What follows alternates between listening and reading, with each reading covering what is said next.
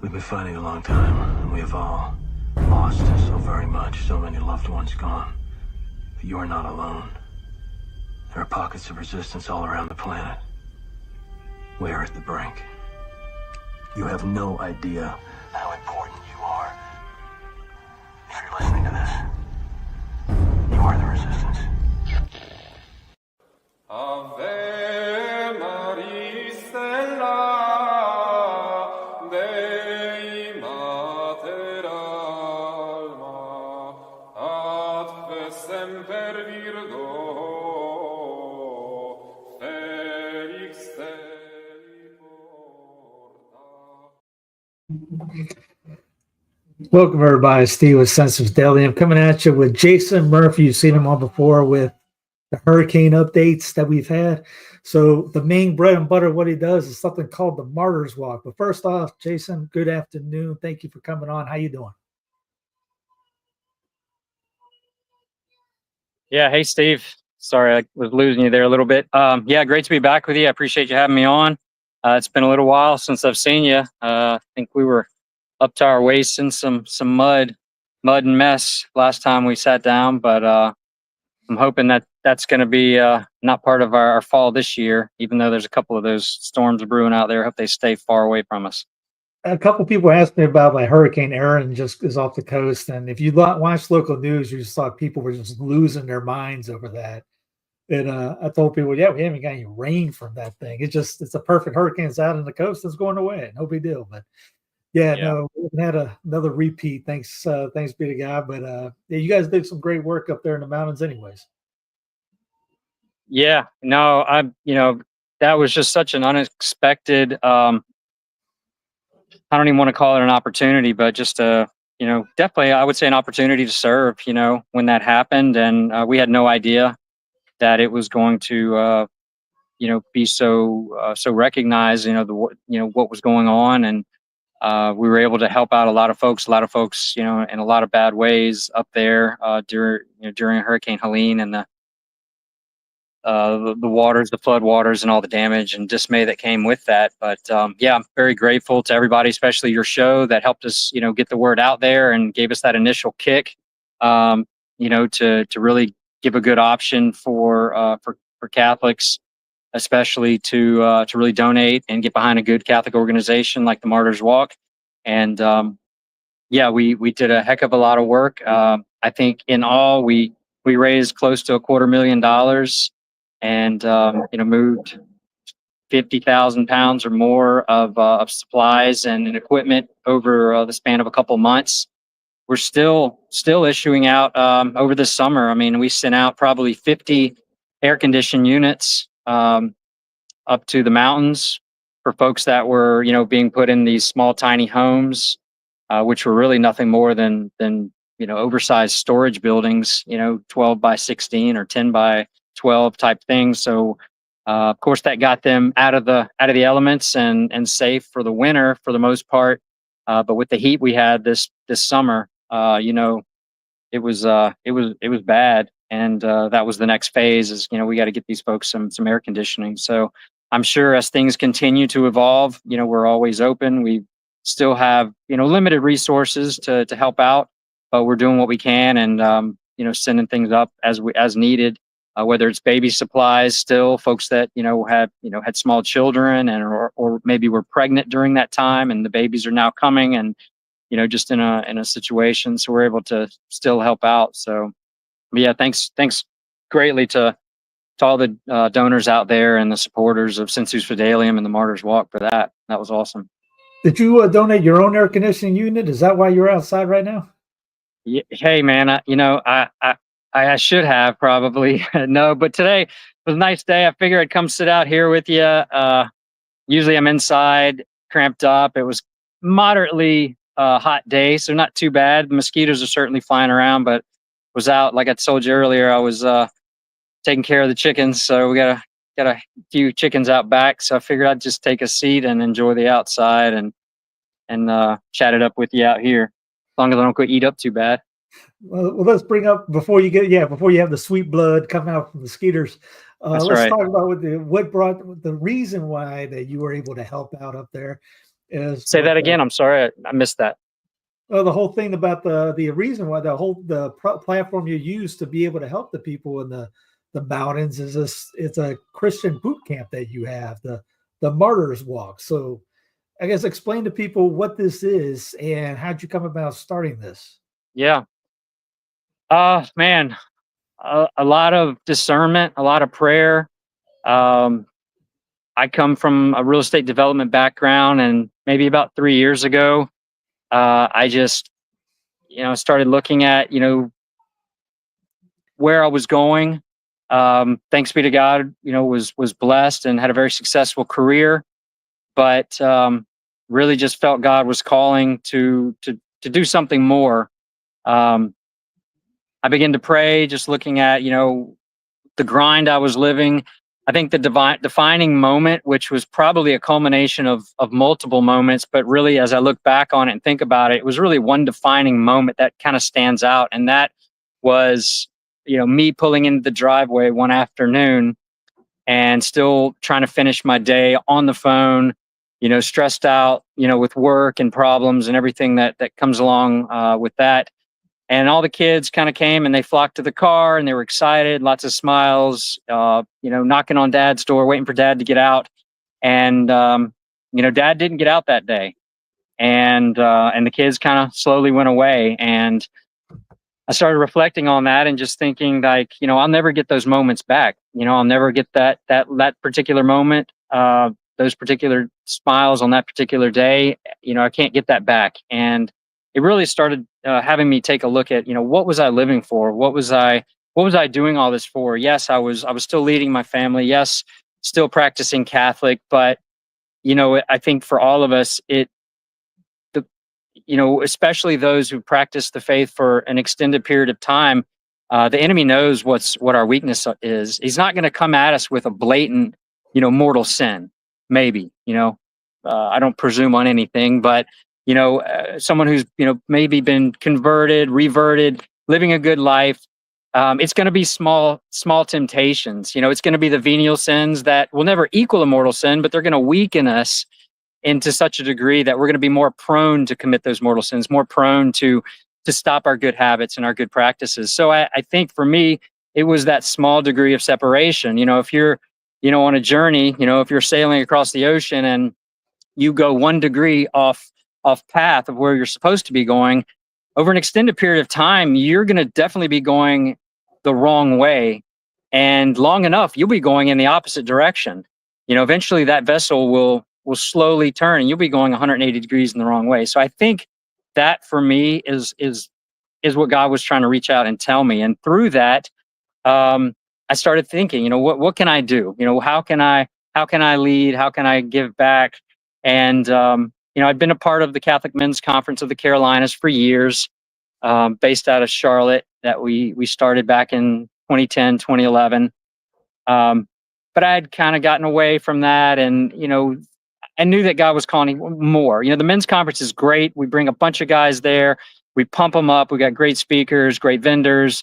We've got mass, rosary, confessions, all those great things, all those necessary things, but it's just one day.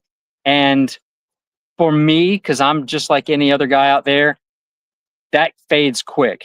And so I think I started reflecting on that. It's like, Lord, what do you want? And so, through a lot of thoughts, prayer, trial and error, it kind of hit me one day. The boot camp idea. I saw that there was lots of other boot camps out there, whether they're secular, whether they're loosely affiliated with, Christian organizations or business type organizations. And so I thought, well, is there anything Catholic? Is there anything Catholic out there that can really intensely focus on our faith, on men, on lifting us up, and there just wasn't anything out there. So I went and did another boot camp back in 2023 just to get an idea, and I thought, okay, well, this is a good foundation, but it was like Swiss cheese. It had a lot of holes in it, and those holes I started kind of looking at and saying, well, I could put the lives of the saints here. I could put the sacraments, here. I could put confession here. I could put, martyrs and all the truths of our beautiful Catholic faith into these holes that we're missing. And really see if something evolved. And through that, the Martyrs Walk kind of came to be. And it's an intensive journey. It's focused. It's basically an Ignatian retreat. And for those who don't know what an Ignatian retreat is, it was established by Saint Ignatius of Loyola. Of course, he was a soldier and he was injured in battle. And while recovering, he began to consider 4 last things. What am I living for? What's my purpose? And those 4 last things are death, judgment, heaven, and hell.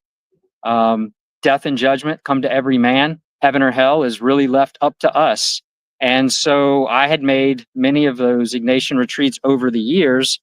And so I thought, wow, what if we take this physicality and this camaraderie and this brotherhood and this stripping down and rebuilding as a unit from a boot camp, and we combine it with, the method of Saint Ignatius teaching our holy, Catholic faith, but also really recentering a man, on what is important and what are we called by God as men, fathers, and husbands to live, and kind of smashed them together. And the Martyrs Walk came to be. It is a 3-day experience, and we go through those 4 last things, those 4 principles: death, judgment, heaven, and hell. So every exercise or every lesson that happens is coupled with a truth of our faith or scripture or sacraments or, something relevant to those 4 last things. And it's difficult. It's very difficult. It's called the Martyrs Walk because it's a virtual martyrdom. It is going to really try a man and prove a man and let him see that he's capable of much more than what he's really providing, what he's doing. Because I know for me, that was where I was. And I guess, just looking at what I needed at that time, needing to know that I was capable of more. I was getting lazy. I was getting complacent. Those small degrees of separation from where I needed to be focused, where I needed to be leading my family and leading, my church and leading the small world around me. It was getting, maybe further and further away. And so it's helped me to refocus, recalibrate. And we've just seen such great success stories. The men that have been through it, we've seen some just huge transitions from guys that were potentially contemplating suicide and coming and looking for something, looking for more, that can now look back and say, man, I'm glad I found you guys. I've got purpose now. I've got intention. I can lead my family. I can do those hard things that I thought maybe I wasn't capable of. Had guys that, might have been, in jail the week before they came on the Martyrs Walk, and they were looking for something, needed something. Not that we're a magic pill, because we're certainly not a magic pill. So don't come expecting us to fix everything in your life, but we do provide a catalyst. We do provide tools that are, able to assist you in seeing what exactly you're called to. So we're watching a video with this is the website, the martyrswalk.com. Is this the typical what goes on there? I mean, at first, is it a 30-day thing? Like Nations Retreat, is it 3-day? Is it 1 day? Yeah. It looks like you beat these guys up a little bit. How long can they take? That's right. Well, 30 days is ideal. And I think St. Ignatius' model, the 30 days is really the platform that is used. Of course, for the average guy out there, 30 days away from the family or the work or his responsibilities is not doable. I know that, for priests entering, maybe getting ready to be ordained, or those in the seminary, that's maybe more doable. Someone like that to be able to focus for 30 days. But what we do is 3 days. I've been on the ones I've been on, I've done like 7 days. I've had 7-day retreats, which is a little more tangible by your average guy out there. But 3 days, it basically goes from noon on a Thursday to Saturday evening. And, some of the videos you're seeing is pretty typical of what goes on there. There's a lot you don't see. There is, we do try to give a guy an understanding of what is on the Martyrs Walk, but there is a tremendous amount that you do not see, that you'll experience there. But, a lot of guys are like, well, the physical, it looks so hard. I'm too out of shape, or I'm too old, or I'm too whatever. But the physical, as difficult as it is, and it is difficult, is the easy part. It's just a vehicle. It is just a vehicle to bring them in together, to engage them in hard stuff. But the peeling back is really spiritual and mental. That's where the real work is. The real work is inside. And for those that, aren't, in super great shape or think that this is, some sort of competition or Tough Mudder or Crucible or something like that, it's not, because every man's going to be tested on his own ability. We're going to push, and we've had a 73-year-old man come through, and he graduated and he completed it. It was not easy, but it was sort of tapered to his ability. And the same would go for, an 18-year-old. An 18-year-old, a marathon runner is not going to be pushed and tested physically as hard as, a 73-year-old or even a 50-year-old. Each man is capable of more, myself included. So I know that in my head, I have this certain cutoff line where the pain is just going to be intolerable. But I think we all could agree that when we go to the gym and we're lifting or working out or running, when you have a partner there, you can go further. Whenever, you think you can't go that extra rep, if there's another guy there pushing you on, you're going to get that extra rep. And that's the iron sharpens iron reality. We're gonna lift each other up. We're gonna strengthen each other, even if it comes from a piece of pride or self-worth that, okay, well, I need to prove this. That's okay. It's we want you to be pushed. We want you to be uncomfortable, because life is uncomfortable. Life is going to be difficult. Families are going to be difficult. Marriages are going to be difficult. Your children are going to be difficult. It's inevitable. But we have to stand there. We have to stand there in the breach. We have to stand there and fight. We have to stand there amidst all the storm that comes, and know that, hey, I am here. I am locked in. I am running to the noise, and I'm going to confront the noise. And that's what we want to lead each guy to leave with. We want them to be empowered with that knowledge, that not in themselves, but in Christ who strengthens us all. That is where it lies. And to be able to give that to a guy and to help a guy realize that, facilitate. We don't have a magic potion. We're there to facilitate your walk, and your walk is between you and God. And the rest is really up to how much you want to give and be open and receptive to it. I was thinking when you were saying motivation, I was back in my personal training days. Yeah, you get that one more rep out of it. I would get that one more rep out of somebody, and then they would throw up afterwards. So you're not right. pushing. You're not pushing them that hard. No. This is only lifting up. I mean, I've thrown out this statistic, and I don't know where it can be found or how real it is, but it makes sense to me that the human mind starts to retreat when it hits about 40% pain tolerance. And that's the fight or flight mentality. That's the adrenaline kick. That's, am I dying? Right? 40% pain tolerance. But I can tell you that we're going to take that. If that's the case, if you show up with a 40% pain tolerance where you start to peel back, whether it's mentally, spiritually, physically, we're going to bring you, and we're probably going to double that. And that's and I've seen it. It happens on every walk, and sometimes from the most unlikely candidates. What happens there? And there's always a moment on every walk. We bring these guys from all over the country who don't know each other. Sometimes they might be, they might have a familiarity with one or two here and there, but for the most part, these guys are strangers. But on every walk, and it's a beautiful thing to witness, something clicks, and you see these guys bond as brothers and not shrieking back. And at some point, I've looked at some of the other instructors and said, you know what? We could push them to do anything right now. They will not quit. They won't quit.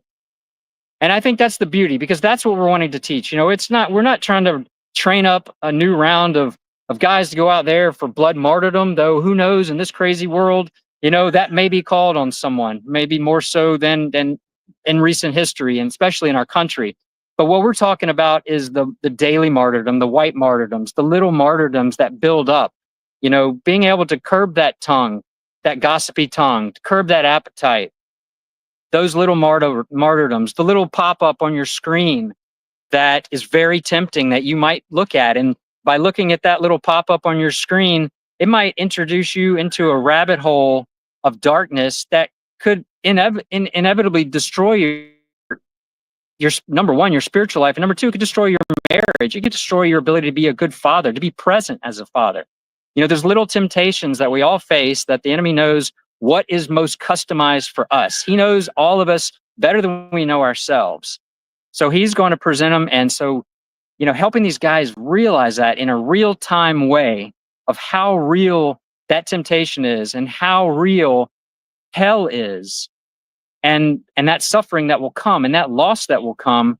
I don't think there's really anything else out there that can come as close to what we do to really give a guy that comprehension of how real, you know, and what the consequences are for their actions and their sin. You know, especially if they're leading others. You know, whether they have family or, you know, whether it's their small family, whether they don't have kids, maybe it's just their wife, or maybe they're not married. We have a lot of single guys, and I can tell you the single guys that come through, those guys leave the Martyrs Walk thinking about, you know, if they haven't already, you know, is maybe God calling me to more? And it's almost a springboard to vocational discernment. And that's a beautiful thing, because we have a couple of guys right now that are in the discernment process that have kind of come to that. And that's, I mean, to be able to be, you know, some small portion of that, or to see families thrive that were really suffering, you know, it's just a beautiful thing to be there and see that grace being poured out by God. And not just physical challenge. You do, I mean, looks like that you're doing adoration. Oh yeah. There's liturgy. Is there a priest on campus or anything? So there's an opportunity. The Ignatian model, of course, you know, looking at a 30-day or even a 7-day, you would have mass daily, and an opportunity for confession, for a general confession. And, you know, we're doing our best to have that a part of the Martyrs Walk as well. It's a very important part. And like I said, there's some things that you know, and there's some things that you'll find out if you come on the Martyrs Walk. But the first rule of Fight Club is not to talk about Fight Club. What's that? The first rule of Fight Club is not to talk about Fight Club. Yeah, I think I've heard that. A few times. Yeah, for sure.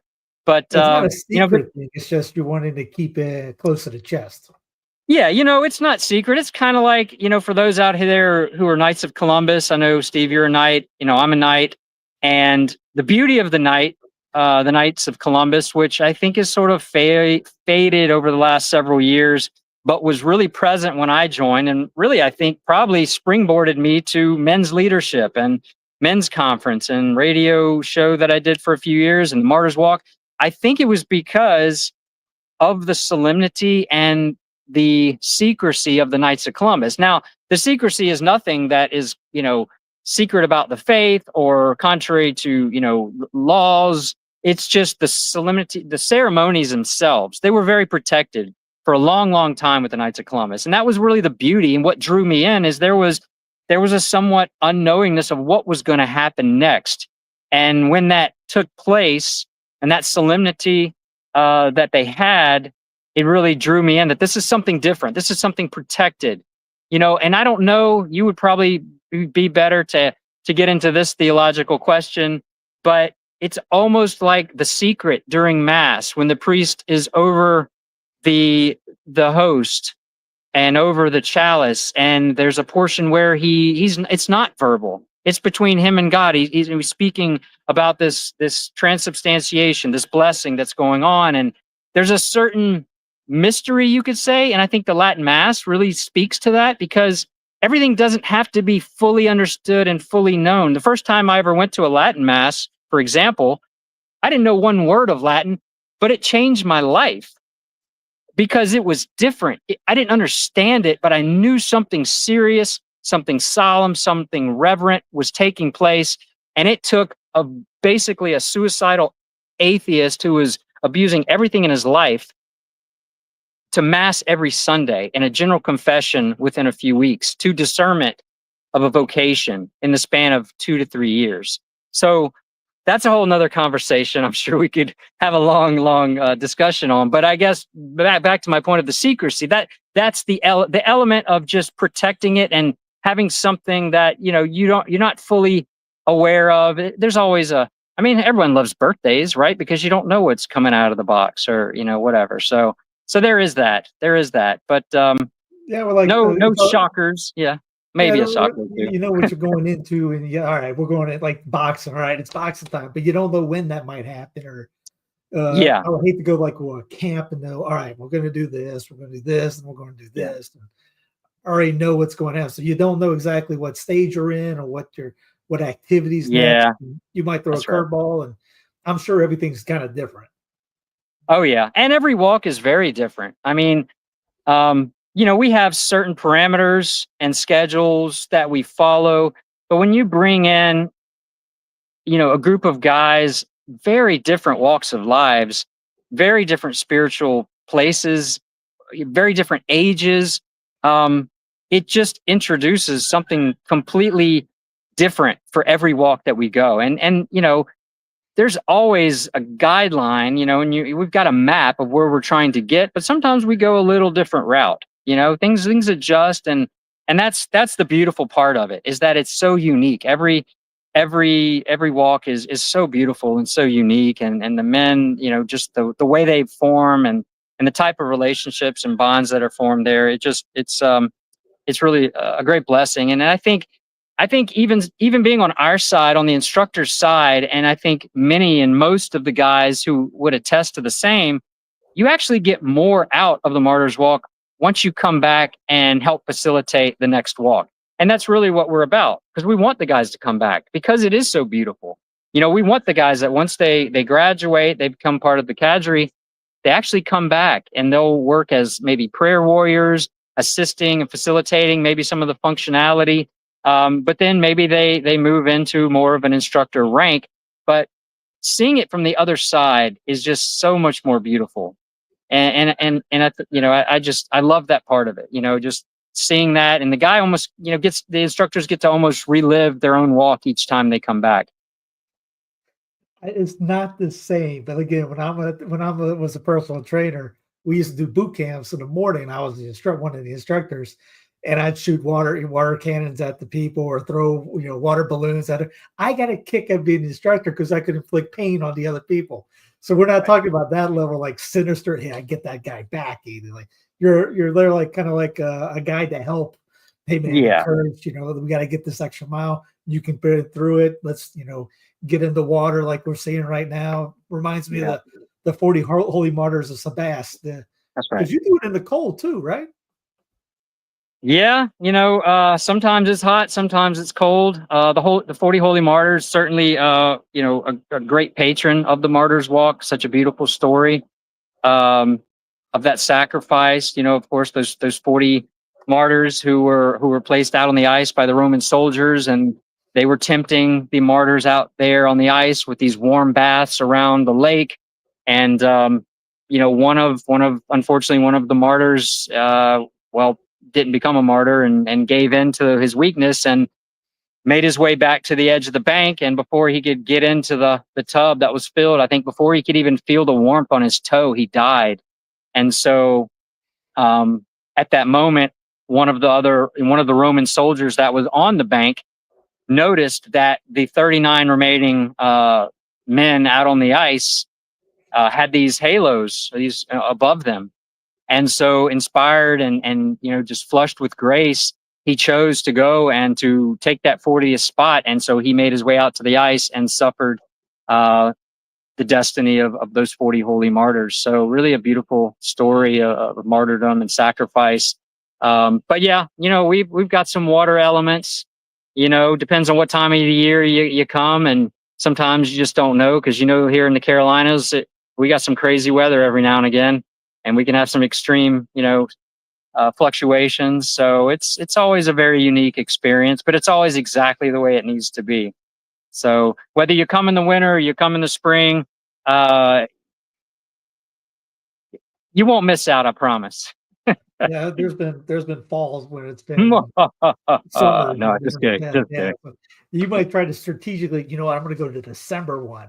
That could be it could be decent, Yeah. like a good fall in another town, or you go to like, well, I like the heat. I'll go to summer. Okay, you're baking, or Oh maybe yeah, yeah. maybe you do get ice. It's wonderful either way. We just, thanks be to God, it works out whatever season you come. And right now we're kind of set up twice a year, spring and fall.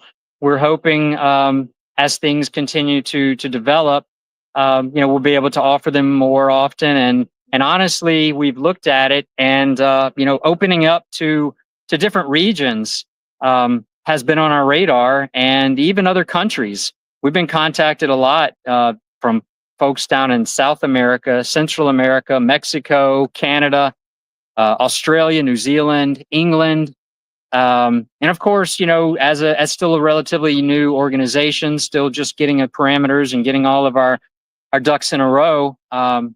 We want to make sure that if that happens, we can go and properly train other men and have them then come back through on the other side for maybe another round. And then, if it really goes well, we'd like to turn that over, because that would just be a wonderful gift to be able to spread and allow other locations to have the Martyrs Walk.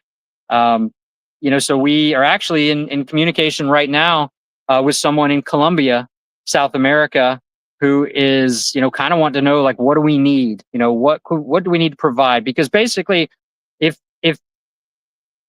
another location can provide some land that's, relatively private, some bunkhouses, food, and a few miscellaneous other items, we can bring an instructor team down there and run some guys through that. And I can tell you, there's a lot of guys all over the world that are looking for something like this. And our model has changed a little.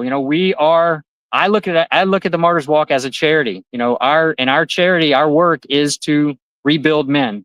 And whether they're, North American, South American, European, whatever, we want to be able to facilitate that. And we've seen such a success, and it's attested to the men that go through and come back through.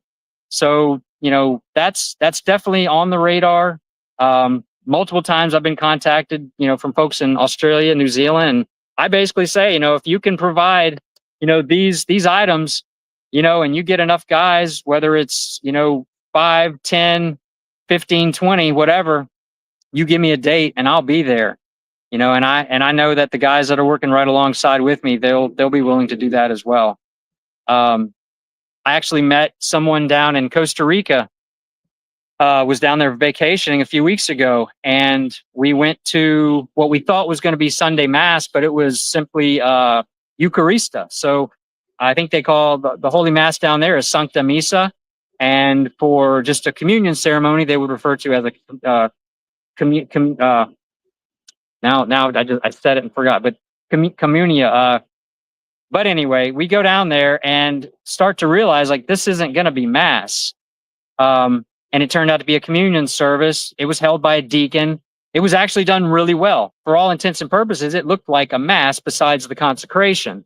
They went through all of the prayers and all the petitions and all the readings. So it, for an untrained eye, if you didn't understand what was going on, you might think it was Mass. But when the deacon went to the tabernacle instead of, obviously consecrating. But after the service, one of the men of the parish got up, and I was striving to understand, kind of through my broken Spanish, and I can usually understand about 50, 60%, but I was kind of missing a lot of it during the service. But when he started speaking, I started to understand him completely, what he was saying. And what he was saying was that they haven't had catechists in 4 years. And obviously they didn't have enough priests for Mass. And they get Mass once a month, if that. And during that communion service, there was no boy altar servers. It was a girl altar server. There were no boy or men readers. There was a female readers. There was no men singing. It was all female singing. And cleaning up and putting the altar back together after, it was all women. So I felt compelled to go talk to him afterwards. And in our limited ability, with him being a primarily Spanish speaker and me being English, he understand me and I understood him. And basically what I told him was, you don't have a catechist problem here. You have a man problem. And I think that goes across what we have going on in our church, faith wise. We have a man problem. The men are not present. And so when the fathers aren't present, when they're not leading it at home, they're not leading the faith, the kids don't care. And the women, God bless them, they're going to step up and they're going to fill the gap. And that gap, it's definitely an inversion of the way things need to be, but God bless them for trying. But at this point, we need men back involved. And so I explained kind of what we did and said, hey, I'd love to talk to you more. So Costa Rica is another map dot that we're talking about, because that's very common. Central South America, there are not a lot of vocations down there. And, there's a great crisis in priesthood. And, but to rebuild a family with men leading is going to inspire their children, with getting boys back on the altar. Because guys, they just don't. The boys, sadly, they just don't want to get up there. The men don't want to sing wimpy, feminine songs during Mass. They don't want to participate when it's being women-led. And that's just sadly the state of kind of where we are right now. So men have to get re-engaged. We've got to get back on the field and start leading. So what you're trying to tell me is you're not going to sing On Eagle's Wings at the camp. Yeah, if you're looking for Eagle's Wings, I keep looking, because you ain't going to find that at the Martyrs Walk. That's for sure. So right now, when's the next one coming up? You said in the fall and spring. So the next one's coming up this fall? Yeah, just a few short weeks away, less than a month away, September 18th to the 20th. Right here in the great state of South Carolina, Rock Hill, South Carolina is where we're having it. Got a good group of guys, got a few spots still available, but we'll have a good group of guys for this go round. But we're getting close, and those last couple spots will probably go pretty quick. But yeah, you can easily go online. We're trying to make it as easy as possible. Like I said, we were initially charging what it was costing us, and then there's no secret about that. It costs us well over $1,000 per guy to put this event on, and primarily that cost is our room and board, food, transportation. Of course, we have a lot of other things, supplies, and that are all a part of that. But because we are so, convinced of what we're able to do, we're basically saying, you know what, you got to have skin in the game. But if you can put $250 down, get here. So you can go on the site, make it as easy as possible. For a while, we're like, you got to fill out the application. We're going to do an interview. We definitely want to know about who's coming on, and we're definitely going to, talk to you, whether it's, via phone or text. But, unfortunately, sadly, some of the younger generations aren't real good on the phone. They don't, we become this text message, social media kind of communication, humans. So we want to make it as easy as possible. If God is calling you, you've looked at this, and it seems like something up your alley, and you need a little kick in the butt, we want to be able to help facilitate that. But you got to have some skin in the game. A lot of guys will go through it. And they'll pay it forward for the next guy. So you know what? God will provide. I'm fully convinced that, this is something that every Catholic man especially, needs to be a part of. And we're gonna trust God that He will provide. And if we get to a certain point where we're not able to offer that to everyone, then we'll have to consider and look at something different. But right now, it takes $250. That commits you. Whether you want to pay the rest, or as it goes, or as you're able, we'll work with you. But at the end, God will provide, and I'm fully convinced of that. I'm trying to get to move on the bottom of the screen is contact Jason at jason@martyrswalk.com for more information. I already got the link underneath in the show notes. You see the website right there. So yeah, you just contact you through the website. A lot of the information is there already. And again, see there. Yeah, just to sign up. You just email you, and you'll get them all the info. Yeah, on there, we'll need an application. It's quick and easy. It's just your name and a little bit about yourself. How'd you find us? What makes you want to take the Martyrs Walk? And then, if you're ready to secure it, you just click that Pay Now, put your deposit down, and then we'll be back in touch with you and send you all the documents that need to be filled out and all the details that you'll need to know about. You'll need to be at Camp Canaan, South Carolina, Rock Hill, South Carolina. It's about 20 miles or 30 minutes south of Charlotte. So you'd likely fly into Charlotte if you're coming from another state or, far enough away. A lot of guys drive. I've seen some guys driving down from New York, Pennsylvania, Georgia, Florida. So, you can do it either way. But you'll need to be on site by no later than like 10 a.m. on that Thursday, September 18th. And we take care of the rest. So you get there and we will, bring you through the walk. And then we'll wrap up Saturday evening. A lot of guys will spend the night, that Saturday night, and go to mass together for Sunday.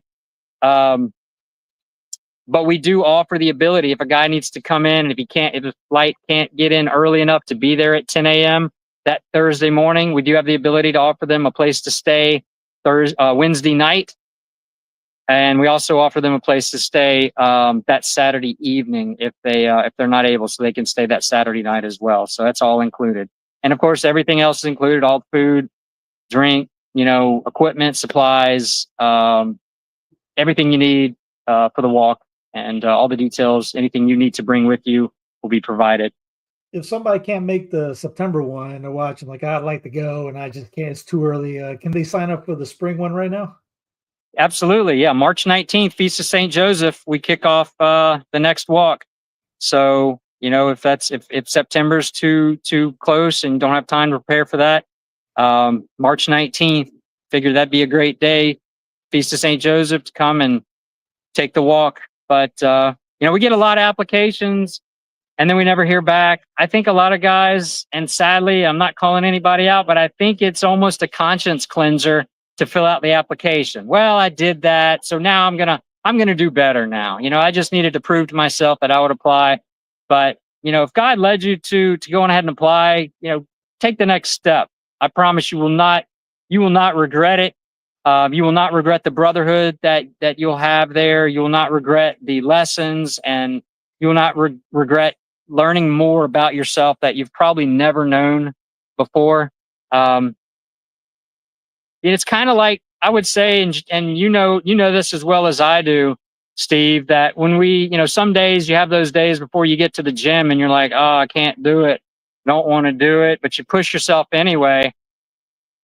I can say for me, and I'm sure you'd back me up, that you have never left the gym in a worse state than when you've gotten there, right? I mean, I've done something dumb before. Yeah. Right. Well, there's that, I suppose. But as far as like, if you go and you get your workout in, you're always glad you went. You're glad you pushed yourself. You're never going to leave. And it's like going to mass, right? It's like going to confession. I mean, we could line up, the analogies here. Sometimes you feel like, oh, I can't go. I don't want the priest to hear, or I'm too tired, or I'm really not that bad off. Maybe I can go another week before I go to confession. It's all, you're always going to do better. Anytime you step into the breach and you're looking to do something to serve or to improve, or, to more, work with God's grace. I mean, you'll never be outdone in generosity. And I know that. Yeah, no, you're right. Yeah. Just once you get going, it's, you never went to a gym. It's like, man, I wish I didn't do that. Unless, obviously, you ran out of time or went 3 hours too long by talking to somebody else. If you're focused on what you're supposed to do, get in, get out, do what you're needing, and you're not there taking photos of yourself. Selfies. Don't look like anybody's taking any selfies in the videos.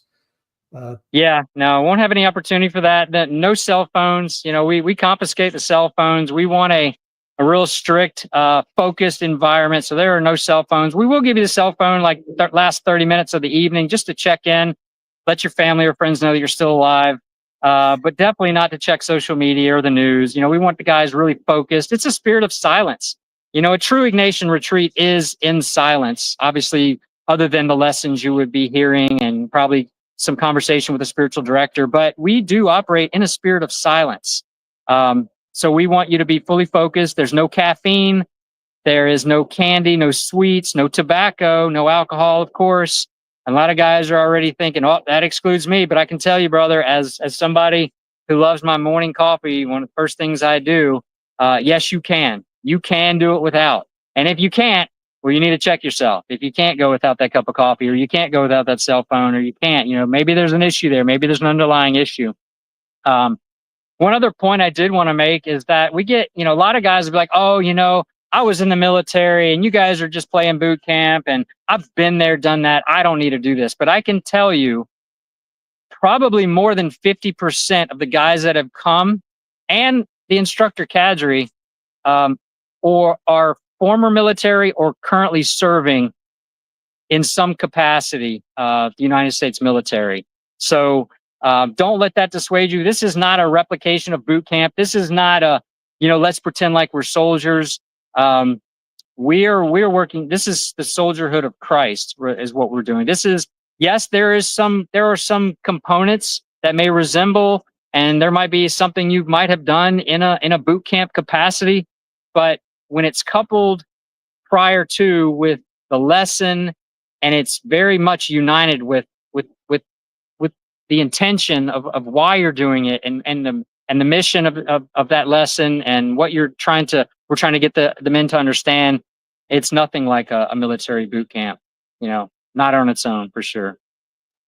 Very good. Again, check out the martyrswalk.com. I got Jason's email going underneath right now on the ticker and the show notes.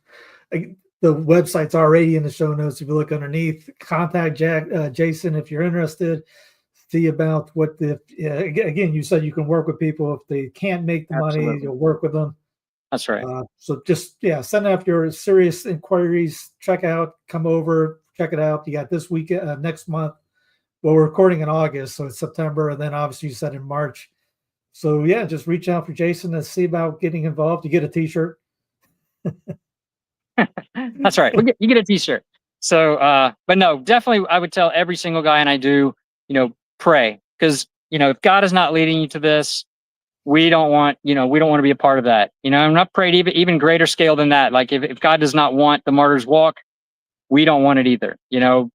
But what we've seen and the testimony of almost every single man that's gone through is that what we're doing is effective, and it is changing men for the better. And so we're just going to keep grinding. Very good. Appreciate you coming on, Jason, to talk about this. Again, everyone, it's underneath the show notes. Also, don't forget sensusfidelium.tv for anybody out there that does not have the app. Get it. You get a 2-week trial. Have a great rest of the day, everyone. Talk to you soon. Jason, appreciate your time, man. We'll talk again about this. Maybe we'll do one before March. Sounds great. Thanks, Steve.